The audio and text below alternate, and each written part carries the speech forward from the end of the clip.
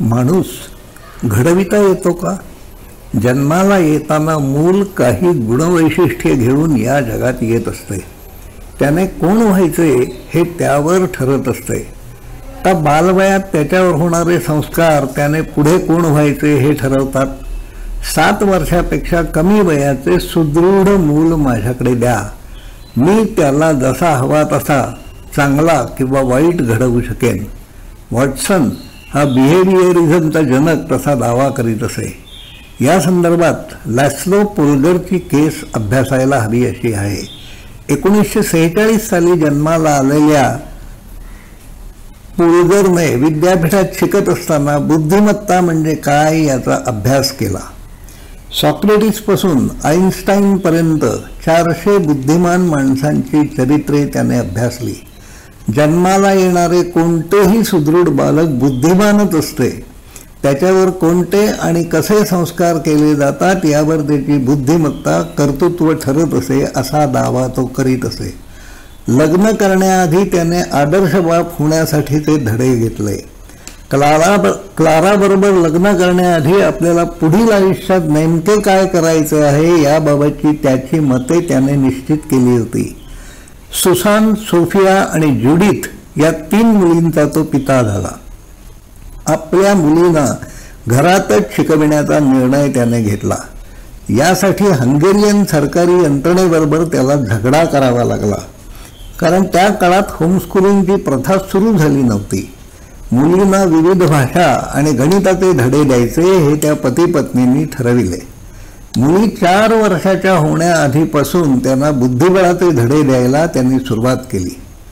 बुद्धिबळाबाबतची आवड ओढ त्यांच्यामध्ये निर्माण व्हावी यासाठीचे सारे प्रयत्न त्यांनी केले.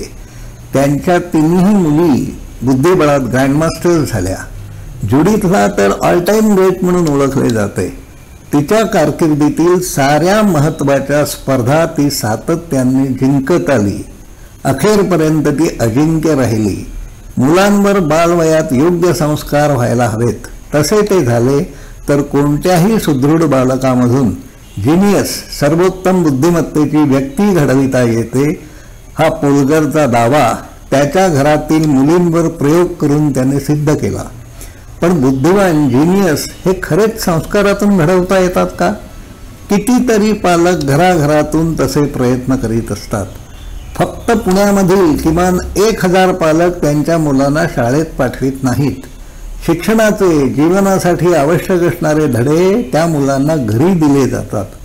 योग्य म्हणजे कोणते धडे कसे द्यायचे याच्या तंत्रांवरही अनेक संस्थांमधून खूप काम झाले आहे. त्याविषयीची बरीच पुस्तकेही प्रसिद्ध झाली आहेत. बुद्धिबळ शिकविणारे जगभरातील अनेक प्रशिक्षक जगज्जेते घडविण्याचा प्रयत्न करीत असतात. बॉबी फिशरच्या यशानंतर जगज्जेते तयार करण्याचे बरेच प्रयोग अमेरिकेत केले गेले, पण फिशरची बुद्धिबळातील उंची कोणालाच गाठता आली नाही. ज्युडिथ पोलगर जेव्हा खेळत होती तेव्हा तिला पराभूत करणे कोणालाच जमले नाही. माणूस कशासाठी घडवायचा याचे प्रयोग यापुढेही चालू राहतील. यासाठी एका व्यासपीठावर नियमितपणे प्रयोग व्हायला हवेत. त्याचा तपशील नोंदवून ठेवला जायला हवा. समूह मनाच्या माध्यमातून वेगवेगळ्या विषयातील तसे प्रयोग प्रकल्पामध्ये करायचे आहेत. यावरील आपली मते कळवावीत ही विनंती आहे. धन्यवाद.